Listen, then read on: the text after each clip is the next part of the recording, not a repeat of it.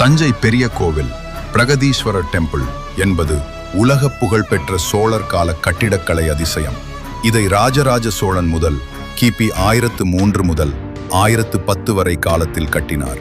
இந்த கோவில் எப்படி கட்டப்பட்டது என்பதை எளிமையாக பார்ப்போம். கட்டுமான முறை 1. கற்கள் பயன்பாடு.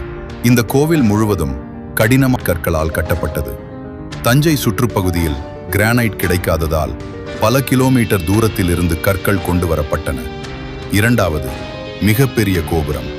கோபுரத்தின் உயரம் சுமார் 216 அடி 66 மீட்டர். உச்சியில் இருக்கும் கலசம் சுமார் 80 டன் எடை கொண்டது. இந்த மிகப்பெரிய கல்லை மேலே ஏற்ற பல கிலோமீட்டர் நீளமான மண் சரிவு இன்க்ளைன் ரேம்ப் உருவாக்கப்பட்டது. யானைகள் மற்றும் மனிதர்கள் சேர்ந்து அந்த கல்லை மெதுவாக மேலே இழுத்தனர். 3. சிமெண்ட் இல்லாமல் கட்டப்பட்டது.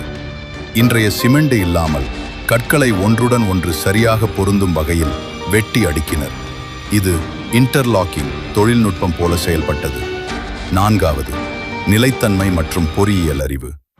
கோவில் பல நூற்றாண்டுகளாக நிலைத்திருப்பதற்கு அடித்தளம் மிக வலுவாக அமைக்கப்பட்டது. நிலநடுக்கத்தையும் தாங்கும் வகையில் வடிவமைப்பு செய்யப்பட்டிருக்கிறது. 5. கலை மற்றும் சிற்பங்கள். கோவிலின் சுவர்கள் முழுவதும் சிற்பங்கள், ஓவியங்கள் நிறைந்தவை. சோழர் கால கலாச்சாரம், நடனம், இசை போன்றவை இதில் காணப்படுகிறது. முக்கிய சிறப்பு: கோபுரத்தின் நிழல் தரையில் முழுமையாக விழாது என்ற ஒரு சுவாரஸ்யமான விஷயம் கூறப்படுகிறது. இது ஒரு பார்வை மாயை.